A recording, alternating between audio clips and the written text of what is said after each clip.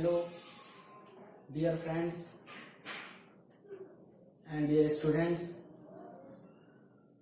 पिछले वीडियो में मैंने नरेशन के सारे रूल्स बता दिए, कौन कौन से रूल्स अप्लाई होंगे, इन सब बातों पर चर्चा हो चुकी है। अब हम सीधे टॉपिक पर आते हैं और आपको बता रहे हैं कि असर्टिव सेंटेंस का नरेशन कैसे बनाना है, डायरेक्ट नरेशन को इनडायरेक्ट नरेशन में कैसे चेंज करना है। उससे पहले मैं अपने YouTube चैनल में आप सभी का पुनः स्वागत करता हूं। तो देखिए, आज असर्टिव सेंटेंस के होने पर, रिपोर्टेड स्पीच में असर्टिव सेंटेंस के होने पर किस प्रकार रिपोर्टिंग वर्ब को बदला जाएगा और प्रॉपर कंजक्शन का यूज कैसे किया जाएगा। देखिए, तो सबसे पहले हम जानते हैं कि असर्टिव सेंटेंस क्या होता है। तो देखिए, असर्टिव सेंटेंस क्या होता है? ऐसा वाक्य जिसमें कोई कथन कहा गया हो या कोई घटना व्यक्त हो रही हो, उसे असर्टिव सेंटेंस कहते हैं। हिंदी में इसे कथात्मक वाक्य कहते हैं या विधिसूचक वाक्य कहते हैं।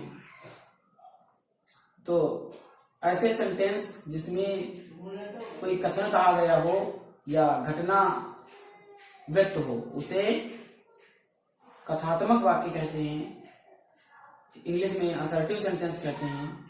तो देख लीजिए,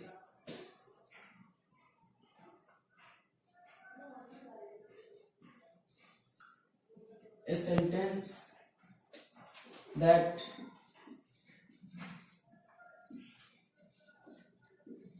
makes a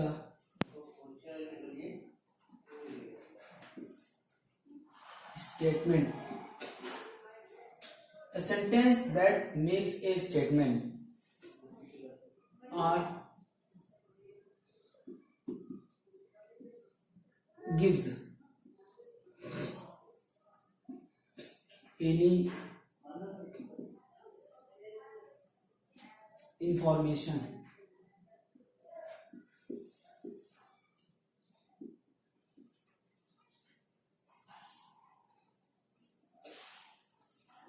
is called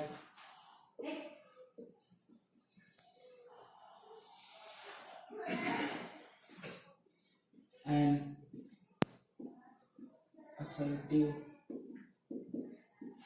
sentence।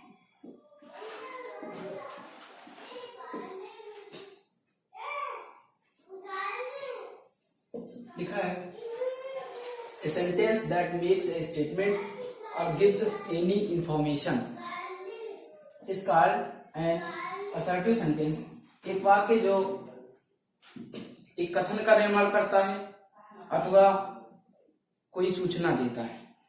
ऐसा वाक्य जो किसी कथन का निर्माण करता है, अभी मैंने बताया ना कि कथन व्यक्त हो या किसी घटना को व्यक्त किया जाए, ऐसे वाक्य को कथात्मक वाक्य कहते हैं, असर्टिव सेंटेंस कहते हैं।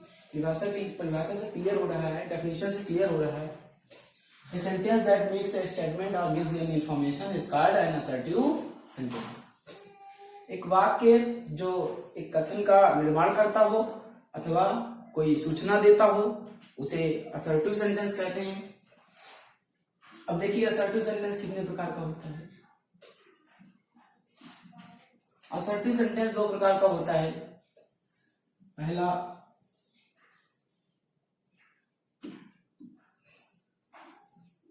सेंटेंस अफर्मेटिव सेंटेंस होता है,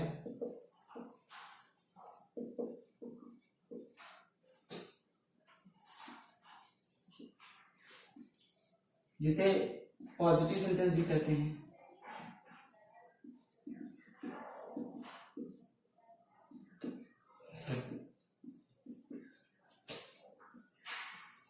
पहला जिसका प्रकार होता है वो होता है अफर्मेटिव सेंटेंस, और इसे पॉजिटिव सेंटेंस भी कहते हैं।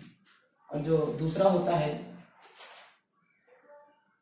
वो होता है negative sentence.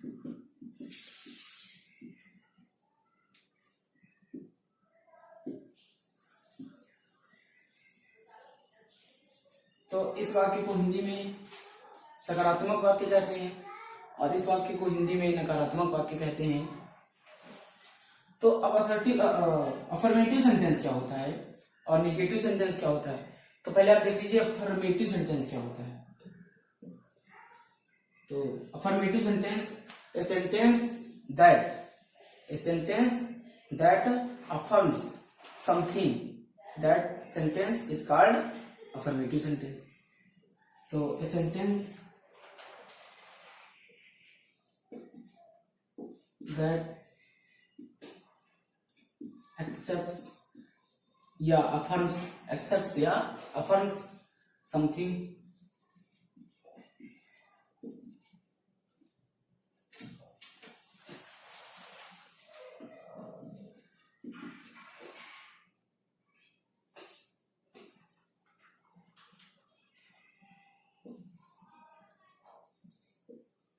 is called an affirmative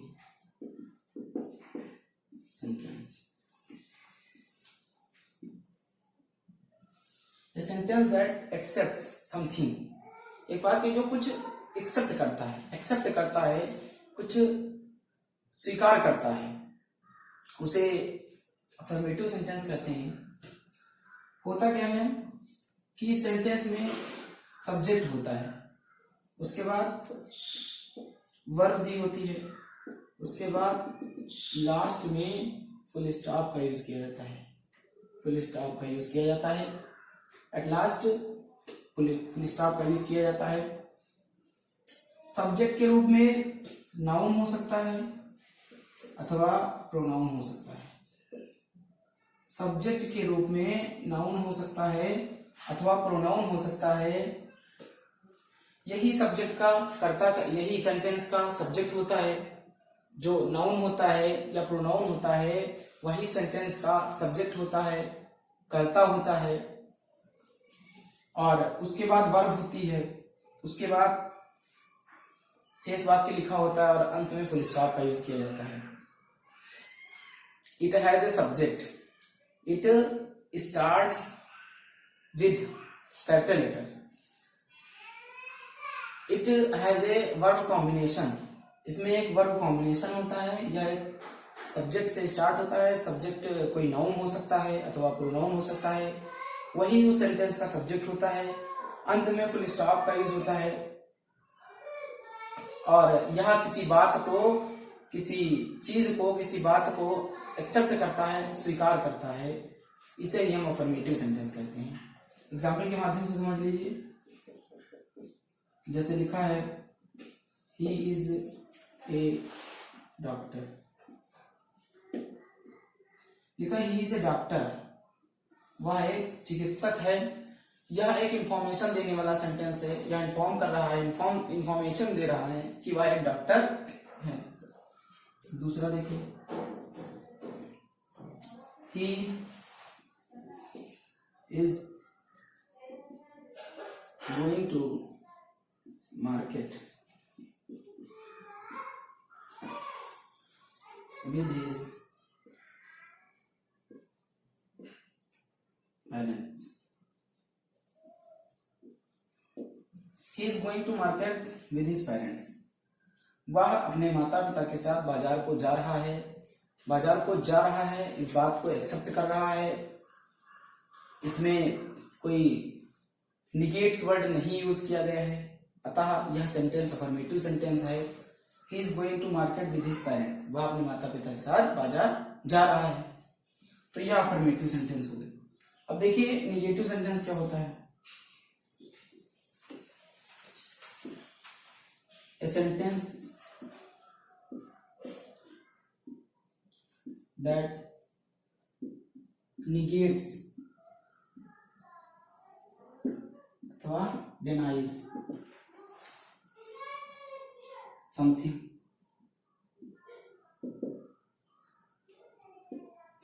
is called negative sentence.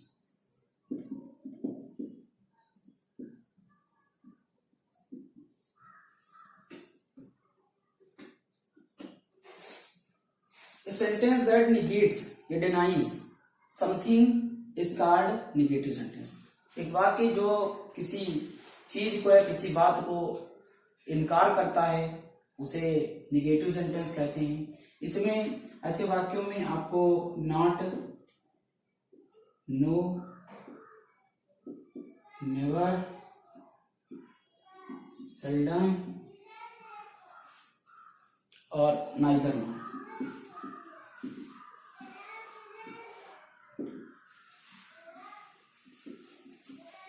Negative sentence में आपको इन वर्ड्स में से देखने को मिलेंगे। Negative sentence has these words no, not, never, seldom, neither not. एक निगेटिव सेंटेंस में ये इतने वर्ड्स आपको देखने को मिल जाएंगे। नॉट मिल जाएगा देखने को, नो मिल जाएगा, नेवर मिल जाएगा, सेल्डम या नाइदर नॉट अगर आपको देखने को मिलता है। इन शब्दों में से, इन वर्ड्स में से अगर आपको कुछ देखने को मिलता है तो वह सेंटेंस निगेटिव सेंटेंस होता है। तो आपको ये बात क्लियर हो गई होगी। तो एग्जाम्पल के माध्यम से देख लीजिए। लिखा है he does not like to eat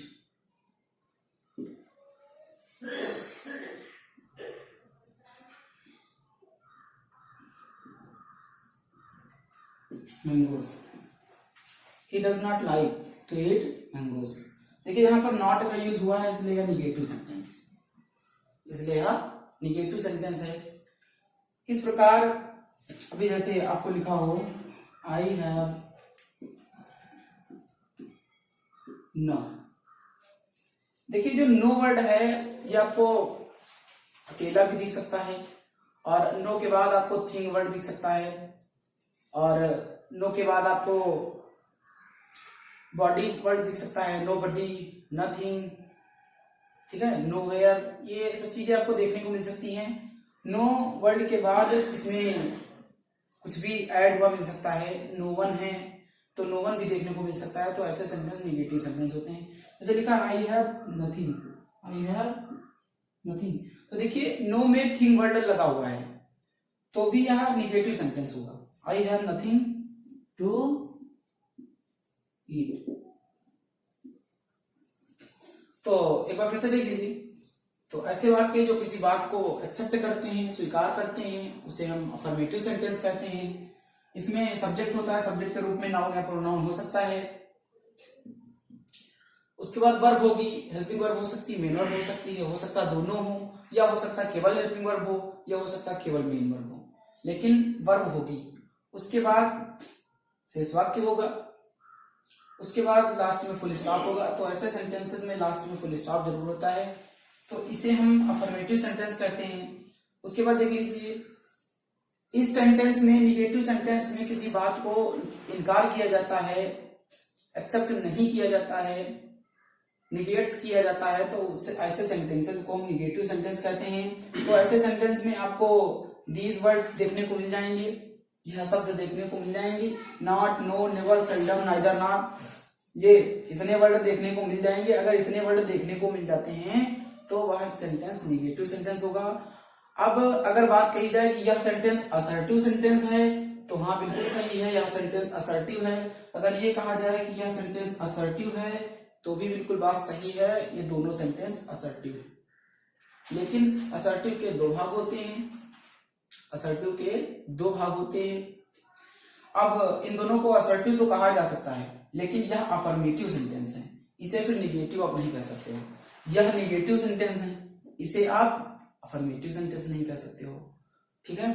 तो इस प्रकार अगर दो लड़के हैं, अरुण और वरुण, और उनके पिता का नाम है विनय, तो विनय के दो पुत्र हैं, अरुण और वरुण। तो अरुण कह सकते हैं कि हमारे पिता का नाम मिस्टर विनय है, वरुण कह सकते हैं कि हमारे पिता का नाम मिस्टर विनय है। लेकिन अरुण अपने आप को वरुण नहीं कह सकते हैं और वरुण अपने आप को अरुण नहीं कह सकते हैं। ऐसे ही यहाँ पर कंडीशन अप्लाई होती है कि यह दोनों सेंटेंस, इधर वाले सेंटेंस और इधर वाले सेंटेंस असर्टिव तो कहे जाएंगे, परंतु यह सेंटेंस स्पेशली अफर्मेटिव है और यह सेंटेंस स्पेशली निगेटिव है। इन्हें निगेटिव कहा जाएगा, इन्हें असर्टिव कहा जाएगा। अगर इन सारे सेंटेंसेस को असर्टिव सेंटेंस कहा जाए तब तो कहा जा सकता है, लेकिन यह अफर्मेटिव सेंटेंस है और यह निगेटिव सेंटेंस है। तो निगेटिव सेंटेंस में ये वर्ड्स देखने को मिल जाएंगे। तो आपको देखने को मिल रहा है कि यहाँ पर नॉट है, यहाँ पर नथिंग, इसलिए ये निगेटिव सेंटेंस, ये किसी बात को एक्सेप्ट नहीं कर रहे हैं, इनकार कर रहे हैं। तो इस प्रकार आपको समझ में आ गया होगा कि असर्टिव सेंटेंस क्या होता है, उसके कितने प्रकार होते हैं। एक तो अफर्मेटिव सेंटेंस होता है, दूसरा निगेटिव सेंटेंस होता है। इसमें देखिए अफर्मेटिव सेंटेंस को पॉजिटिव सेंटेंस कहते हैं, दूसरा होता है निगेटिव सेंटेंस। इसे हिंदी में स्वीकारात्मक वाक्य कहते हैं। शब्द से ही पता चल रहा है किसी बात को स्वीकार करता है। और इसे हिंदी में नकारात्मक वाक्य कहते हैं। तो शब्द से ही पता चल रहा है कि यह किसी बात को इनकार करता है, नकार करता है। तो देख लीजिए, देख लीजिए, अब अगले वीडियो में हम बताएंगे। तो देखिए असर्टिव सेंटेंस के अंतर्गत दो सेंटेंस आएंगे आपके, अफर्मेटिव भी आएगा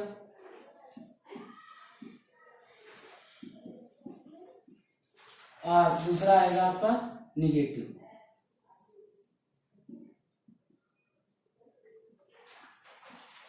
तो देखिए रिपोर्टिंग वर्ब का बदलाव कैसे करेंगे।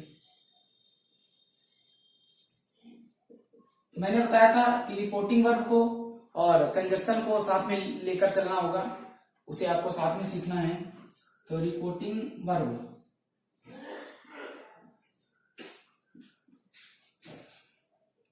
देखिए अगर रिपोर्टिंग वर्ब में से आ जाता है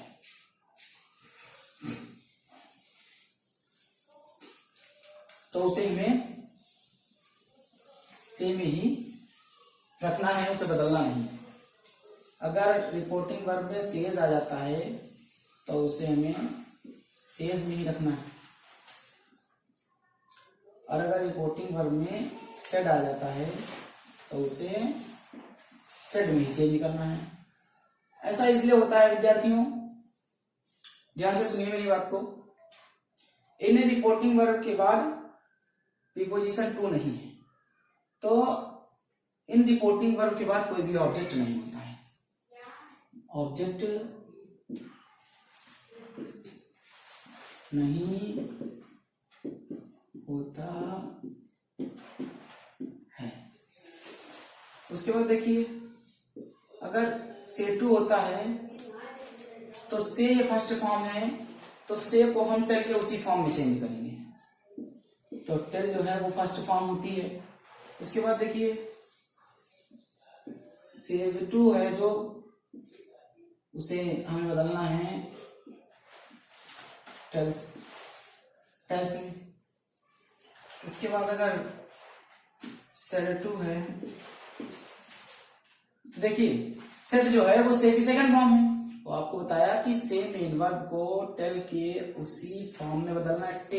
से जिस फॉर्म में होगी, से मेन वर्ब जिस फॉर्म में होगी उसको टेल मेन वर्ब के उसी फॉर्म में चेंज करना है। तो ये सेड सेकंड फॉर्म में है तो टेल की सेकंड फॉर्म टोल्ड होती है।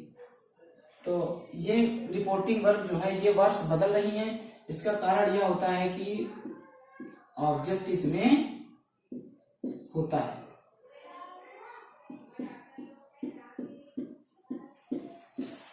देखिए यहां पर ये वर्ब बदल रही है, सॉरी यहां पर ये वर्ब नहीं बदल रही है, सेम टू सेम लिखी जा रही है। से को से, सेज को सेज, सेड को सेड, क्योंकि इसमें से, सेज, सेड के बाद कोई भी नहीं बल्कि टू प्रीपोजिशन नहीं है।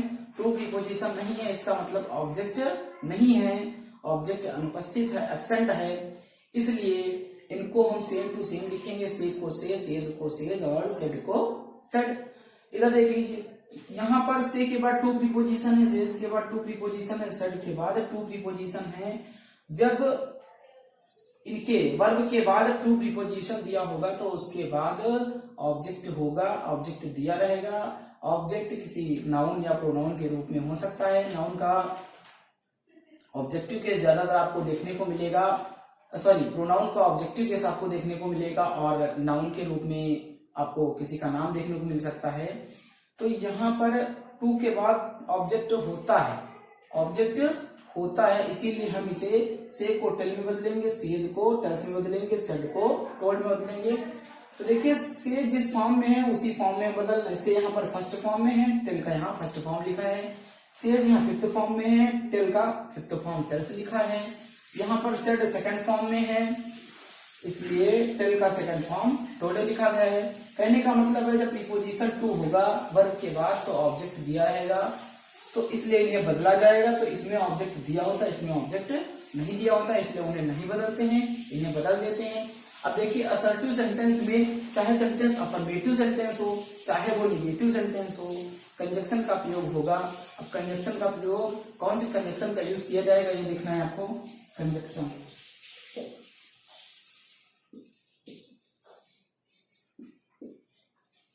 दैट, कंजक्शन दैट का यूज करना है, कंजक्शन दैट का यूज करना है और सेंटेंस को ऐड कर देना है। तो देखिए विद्यार्थियों, यहां पर सेंटेंस लिखे हैं कुछ, इसमें जो सेंटेंस लिखे हैं तो देखिए कुछ सेंटेंस अफर्मेटिव फॉर्म में है और कुछ निगेटिव फॉर्म में है। तो आप देख लीजिए इसमें कौन सा सेंटेंस अफर्मेटिव फॉर्म में है और कौन सा निगेटिव फॉर्म में है। तो यहाँ पर देखिए आई एम रीडिंग अ बुक, हमें रिपोर्टेड स्पीच का सेंटेंस देखना है और आपको चूंकि असर्टिव सेंटेंस पढ़ाया जा रहा है तो रिपोर्टेड स्पीच में जो भी सेंटेंस लिखे हैं वो सब असर्टिव सेंटेंस हैं, वो या तो अफर्मेटिव फॉर्म में है या तो निगेटिव फॉर्म में है, लेकिन लिखे गए सारे सेंटेंस असर्टिव सेंटेंस हैं। इसमें रिपोर्टेड स्पीच में कोई अन्य प्रकार का सेंटेंस नहीं लिखा है, चूंकि असर्टिव टॉपिक ही चल रहा है इसलिए असर्टिव सेंटेंस ही लिखे गए हैं। वह या तो अफर्मेटिव फॉर्म में है या तो निगेटिव फॉर्म में है। तो पहला सेंटेंस देखिए, इसमें no, never, not, neither, seldom इन वर्ड्स का यूज नहीं किया गया है, इसलिए यह अफर्मेटिव फॉर्म में है। इसमें देखिए नॉट का यूज किया गया है इसलिए यह निगेटिव फॉर्म में है। इसमें देखिए नॉट का यूज किया गया है इसमें, इसलिए यह सेंटेंस निगेटिव सेंटेंस है। देख लीजिए यहाँ इसमें नॉट का यूज, नेवर का यूज, नो का यूज नहीं किया गया है, नाइदर का यूज नहीं किया गया, इसलिए यह अफर्मेटिव फॉर्म में है और यह भी अफर्मेटिव फॉर्म में है। इसमें भी ऐसा कुछ नहीं है इसलिए यह भी अफर्मेटिव फॉर्म में है। तो आपको बताया कि रिपोर्टिंग वर्ब, आपको बताया था पहले दिन कि रिपोर्टिंग वर्ब, देखिए यहाँ पे लिखा है Rakesh says I am reading a book. हमने बताया था कंडीशन नंबर 1 में कि यदि reporting verb, if reporting verb belongs to present tense और फ्यूचर टेंस। तो हमने बताया था कि जब रिपोर्टिंग वर्ब प्रेजेंट टेंस के किसी टेंस में या फ्यूचर टेंस के किसी टेंस में होगी तो रिपोर्टेड स्पीच के टेंस में परिवर्तन नहीं किया जाएगा। तो यहाँ पर देख लीजिए लिखा है राकेश सेज, ये देखिए सेज लिखा हुआ है और आपको पता है कि सेज मेन वर्ब का फिफ्थ फॉर्म है और यह प्रेजेंट इंडेफिनिट टेंस में, प्रेजेंट इंडेफिनिट टेंस के अफर्मेटिव सेंटेंस में एक वचनकर्ता के साथ यूज होता है। मेन वर्ब का फिफ्थ फॉर्म प्रेजेंट इंडेफिनिट के अफर्मेटिव सेंटेंस में फिफ्थ फॉर्म यूज होता है एक वचनकर्ता के साथ, तो इसलिए यहाँ पर फिफ्थ फॉर्म आया हुआ है। यह सेंटेंस प्रेजेंट इंडेफिनिट टेंस का है, यह कुल मिला के प्रेजेंट के किसी टेंस में है, इसीलिए यहाँ पर हमें कंजक्शन का यूज करना है। कर्ता सूचक शब्द बदले जाएंगे अगर होंगे तो, लेकिन इसमें टेंस परिवर्तन नहीं किया जाएगा, प्रोनाउंस बदला जाएगा। तो यहाँ पर देख लीजिए आपको बताया था, अभी जस्ट बताया है कि जो हमारी सेज फॉर्म होगी, मेन वर्ब की सेज फिफ्थ फॉर्म जो दी होगी, उसके बाद यदि प्रीपोजिशन टू आया हुआ है तो उसके बाद ऑब्जेक्ट होगा तो उसे बदला जाएगा। लेकिन अगर मेन वर्ब रिपोर्टिंग वर्ब के बाद टू प्रीपोजिशन नहीं है तो ऑब्जेक्ट नहीं होता है। ऐसी स्थिति में उसे रिपोर्टिंग वर्ब को बदलना नहीं है, सेम टू सेम लिख देना है। तो यहाँ पर देखिए राकेश सेज, तो राकेश सेज लिखेंगे, उसके बाद कंजक्शन दैट लगाएंगे क्योंकि सारे के सारे सेंटेंस हमारे असर्टिव सेंटेंस हैं, तो कंजक्शन दैट लगाएंगे। उसके बाद देखेंगे ये हमारा रिपोर्टेड स्पीच का करता है, यहाँ पर ये आई लिखा है। आपको पता है कि आई जो है वह फर्स्ट पर्सन प्रोनाउन होता है, फर्स्ट पर्सन प्रोनाउन सब्जेक्ट के अनुसार बदलता है। तो यहाँ पर ये जो आई है ये राकेश के अनुसार बदलेगा। राकेश एक पर्सन है और ये मैस्कुलिन जेंडर है, इसलिए हम प्रोनाउन ही का यूज करेंगे। तो यहाँ पर हम राकेश भी लिख सकते हैं, लेकिन नहीं लिखेंगे क्योंकि पहले राकेश आ चुका है, बार बार नहीं लिखा जाएगा, इसलिए इसके लिए हम प्रोनाउन लिखेंगे, प्रोनाउन के रूप में ही लिखेंगे। वो आपको पता है कि यहाँ पर एम वर्ब दी है, तो इजमार वर्ब को हम वाज वेयर में बदलते हैं, लेकिन यहाँ पर हमें नहीं बदलना है क्योंकि रिपोर्टिंग वर्ब जो है हमारी प्रेजेंट टेंस में है, इसीलिए हम यहाँ पर इजमार को इजमार ही लिखेंगे। तो यहाँ पर ही के अकॉर्डिंग हम इज लिखेंगे। यहाँ पर आई के अकॉर्डिंग एम का यूज किया गया था, लेकिन यहाँ पर ही के अकॉर्डिंग इज का यूज करेंगे। तो ही इज, उसके बाद रीडिंग ए बुक। इस प्रकार देखिए Rakesh says that he is reading a book. अगला सेंटेंस देखिए, he said to me I have done my work. हमने बताया कि रिपोर्टेड स्पीच का टेंस दो कंडीशन में नहीं बदलेगा। जब रिपोर्टिंग वर्ब प्रेजेंट टेंस के किसी टेंस में या फ्यूचर टेंस के किसी टेंस में होगी तो रिपोर्टेड स्पीच के सेंटेंस का टेंस नहीं बदला जाएगा। यदि रिपोर्टेड स्पीच में, दूसरी कंडीशन मैंने बताई कि यदि रिपोर्टेड स्पीच में कोई हैबिट शो करने वाला सेंटेंस लिखा हुआ है या कोई प्रोवर्ब लिखा है या फिर कोई फैक्ट स्टेटमेंट लिखा है, ठीक है, तो इस प्रकार हमें रिपोर्टेड स्पीच के टेंस में परिवर्तन नहीं करना है। लेकिन यहाँ पर लिखा I have not done my work, मैंने अपना कार्य आज नहीं किया है, या कोई ना तो हैबिट शो करने वाला सेंटेंस है, ना तो कोई प्रोवर्ब है और ना तो कोई फैक्ट स्टेटमेंट है, इसलिए इसमें इस टेंस में चेंजिंग होगी। रिपोर्टेड स्पीच के सेंटेंस के टेंस में चेंजिंग होगी क्योंकि पहले से ही रिपोर्टिंग वर्ब पास्ट टेंस में है। तो देखिए यहाँ पर लिखा है ही, आपको पता है कि सेट के बाद टू प्रीपोजिशन आया हुआ है, इसलिए इसमें ऑब्जेक्ट दिया है, तो सेट टू को हम टोल्ड में बदल देंगे। उसके बाद मी लिख लेंगे, ये सेट टू हमारा बदल गया, मी लिख लिया, कंजक्शन दैट लगा लिया। उसके बाद आई जो है, आई ये प्रोनाउन दिया हुआ है फर्स्ट पर्सन का, फर्स्ट पर्सन प्रोनाउन ही के अकॉर्डिंग बदलेगा, तो यहाँ पर सब्जेक्ट के अनुसार बदलेगा, तो यहाँ पर ही हो जाएगा ही। और अब टेंस परिवर्तन होगा तो आपको पता है कि हैज हैव को हैड में बदलते हैं, तो यहाँ पर हो जाएगा हैड, और उसके बाद नॉट, उसके बाद डन। यहाँ पर देखिए माई दिया हुआ है, माई फर्स्ट पर्सन प्रोनाउन का पजेसिव केस है, आई का पजेसिव केस है। तो अब देखते हैं कि माई जो है फर्स्ट पर्सन का पजेसिव केस है, फर्स्ट पर्सन में लगता है अकॉर्डिंग टू सब्जेक्ट के अनुसार बदलेंगे। तो यहाँ पर माई जो है आई का पजेसिव केस है, तो अब यहाँ पर ही का पजेसिव केस ही लिखा जाएगा। बात समझिए इस चीज को, गंभीरता से समझिए कि यहाँ पर आई का पजेसिव केस माई दिया हुआ है, तो ही का पजेसिव केस ही लिखा जाएगा। आप देखना है कि ही का पजेसिव केस क्या होता है, तो ही का पजेसिव केस हिज होता है, तो यहाँ पर आप लिखेंगे हिज वर्क। उसके बाद टुडे को हम बदलेंगे दैट डे में, तो निकटता सूचक शब्दों का बदलाव भी आपको जानना है।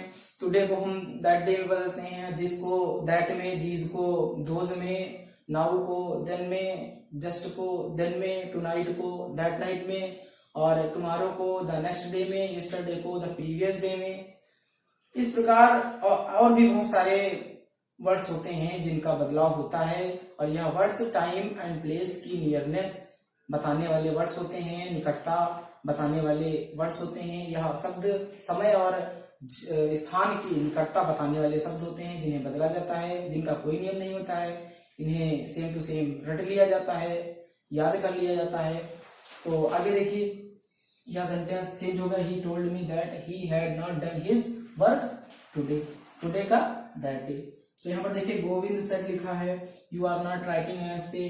अब देखिए रिपोर्टिंग वर्ब जो है हमारी पास्ट टेंस में है, और जो रिपोर्टेड स्पीच का सेंटेंस है वह ना तो कंडीशन नंबर 1 को अप्लाई कर रहा, सॉरी ना तो कंडीशन नंबर 2 को अप्लाई कर रहा है, और रिपोर्टिंग वर्ब है वो भी कंडीशन नंबर 1 को अप्लाई नहीं कर रही है। रिपोर्टिंग वर्ब ना तो प्रेजेंट के किसी टेंस में है ना तो फ्यूचर के किसी टेंस में है, और रिपोर्टेड स्पीच में लिखा गया सेंटेंस ना तो किसी फैक्ट स्टेटमेंट को प्रदर्शित कर रहा है, ना तो किसी प्रोवर्ब को, ना तो किसी हैबिचुअल एक्शन को प्रकट कर रहा है। इसलिए इस रिपोर्टेड स्पीच के सेंटेंस में टेंस परिवर्तन होगा। तो देखिए गोविंद सड को सड में चेंज करेंगे, क्योंकि सड के बाद टू प्रीपोजिशन नहीं है, टू प्रीपोजिशन न होने से कोई ऑब्जेक्ट नहीं दिया, इसलिए सड को सड लिख लिया जाएगा, कंजक्शन दैट लगाया जाएगा। आपको बताया कि यू जो है हमारा ये सेकंड पर्सन प्रोनाउन है, सेकंड पर्सन प्रोनाउन है। सेकंड पर्सन प्रोनाउन को रिपोर्टिंग वर्ब के ऑब्जेक्ट के अनुसार बदलते हैं। अब देखते हैं कि रिपोर्टिंग वर्ब में ऑब्जेक्ट क्या है। तो आपको पता है कि यहाँ पर रिपोर्टिंग वर्ब में ऑब्जेक्ट नहीं है। ऑब्जेक्ट न होने पर हमें ऑब्जेक्ट सपोज करना होता है। कल ही मैंने बताया था कि ऑब्जेक्ट सपोज करना है, और ऑब्जेक्ट सपोज करना है कैसे करना है। अब देख लीजिए यहाँ पर सब्जेक्ट गोविंद है, गोविंद सब्जेक्ट है, यहाँ पर गोविंद के लिए हम ही प्रोनाउन का यूज करेंगे। तो यहाँ पर ही प्रोनाउन सब्जेक्ट के रूप में पहले से है, इसीलिए ऑब्जेक्टिव केस के रूप में हिम का प्रयोग नहीं करेंगे, हिम को सपोज नहीं करेंगे। बात समझिए मेरी, यहाँ पर ही यहाँ पर सब्जेक्ट के रूप में दिया है, और ही का ऑब्जेक्टिव केस हिम सपोज नहीं किया जाएगा। या तो आप मी सपोज कर लीजिए, या तो आप देम सपोज कर लीजिए, या तो हर सपोज कर लीजिए, लेकिन यहाँ पर हिम ऑब्जेक्ट सपोज नहीं किया जाएगा। तो मान लीजिए कि यहाँ पर मैंने मी ऑब्जेक्ट सपोज कर लिया, तो मी का जो सब्जेक्टिव केस होता है वह आई होता है, तो यहाँ पर आई हो जाएगा। और इज एमआर को वाज में बदलते हैं, तो आई के अकॉर्डिंग हम वाज का प्रयोग करेंगे, आई वाज, और यहाँ पर नॉट। फिर देख लीजिए writing NSC,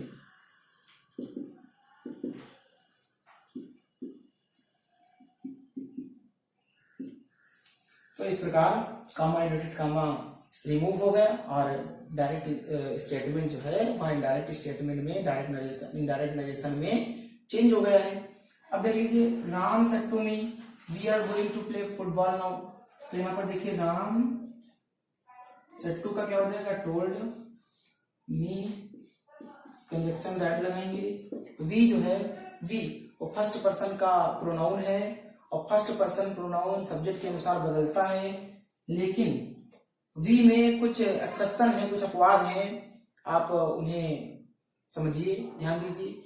we pronoun reported speech में वी प्रोनाउन के होने पर रिपोर्टिंग वर्ब के सब्जेक्ट पर ही मेंशन किया जाएगा, लेकिन सब्जेक्ट को ध्यान से देखा जाएगा कि सब्जेक्ट के स्थान पर है क्या। तो मैंने बताया कि यदि सब्जेक्ट के स्थान पर यू हो, यदि सब्जेक्ट के स्थान पर यू हो तो यू को उसी केस में बदल दिया जाएगा जिस केस में प्रोनाउन दिया होगा। यदि यू हो तो यू प्रोनाउन को उसी केस में बदल दिया जाएगा जो केस रिपोर्टेड स्पीच में दिया होगा। लेकिन यदि यू नहीं है तो फिर चाहे कोई भी नाउन या प्रोनाउन हो उसे हमें दे के अनुसार बदलना है। तो यहाँ पर देखिए रिपोर्टिंग वर्ब में सब्जेक्ट के स्थान पर राम लिखा है, यहाँ पर कर्ता यू नहीं है, इसलिए हमें इसे वी को दे के अनुसार बदलना है। अब देख लीजिए वी जो है ये सब्जेक्टिव केस के रूप में है, तो दे को हम सब्जेक्टिव केस में ही लिखेंगे। तो यहाँ पर लिखेंगे दे। यहाँ देखिए इज एमआर को वाज वेयर में बदलते हैं, तो दे के अकॉर्डिंग वर्ब का प्रयोग करेंगे जिसे हम वेयर भी कहते हैं। They were going to play football now का देन, तो they were going to football to play football then. उसके बाद देखिए Sharad said to me he will go to school. शरद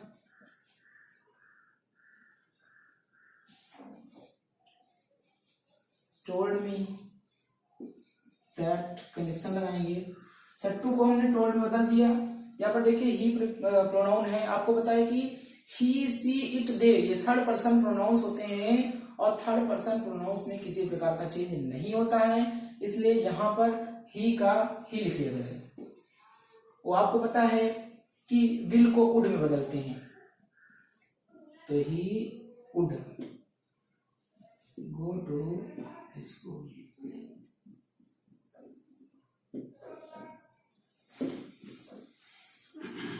अगला देखिए यहाँ पर लिखा है the teacher said to the students the sun rises in the east. अध्यापक ने विद्यार्थियों से कहा the sun rises in the east, सूरज पूरब में निकलता है। तो यह एक सत्य है, यह एक फैक्ट स्टेटमेंट है। हमने बताया कि रिपोर्टेड स्पीच में यदि कोई आदत प्रकट करने वाला सेंटेंस लिखा हो, हैबिचुअल एक्शन शो करने वाला सेंटेंस लिखा हो, कोई प्रोवर्ब लिखी हो, या कोई मतलब फैक्ट स्टेटमेंट दिया हो, प्राकृतिक सत्य हो, धार्मिक सत्य हो, राजनीतिक सत्य हो, या कोई सार्वभौमिक सत्य हो। अब यह जो सेंटेंस लिखा है यह सार्वभौमिक सत्य प्रकट करने वाला सेंटेंस है। तो ऐसे सेंटेंसेस में किसी प्रकार का परिवर्तन नहीं किया जाएगा। सूरज पूरब में पहले भी निकलता था, अब भी निकलता है और आगे भी निकलता रहेगा। यह एक सत्य है, इसे परिवर्तित नहीं किया जा सकता है। इसलिए इस सेंटेंस में कोई बदलाव नहीं किया जाएगा, सेम टू सेम लिख लिया जाएगा कंजक्शन की सहायता से। तो देखिए यहाँ पर द टीचर, अब सेड टू को हम बदलेंगे टोल्ड में। टू प्रीपोजिशन आने से ऑब्जेक्ट दिया रहता है, आपको पता है, तो इसे बदलेंगे टोल्ड में। The teacher told the students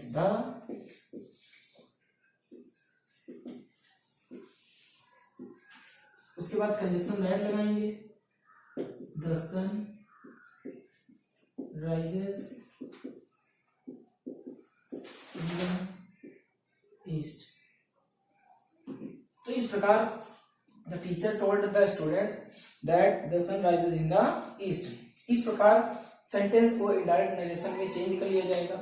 यहाँ पर कुछ ही सेंटेंस लिखे हैं डायरेक्ट नरेशन के, जिसे हमें इनडायरेक्ट नरेशन में चेंज करना है। हमने चेंज कर लिया है, आसानी से समझ भी लिया है।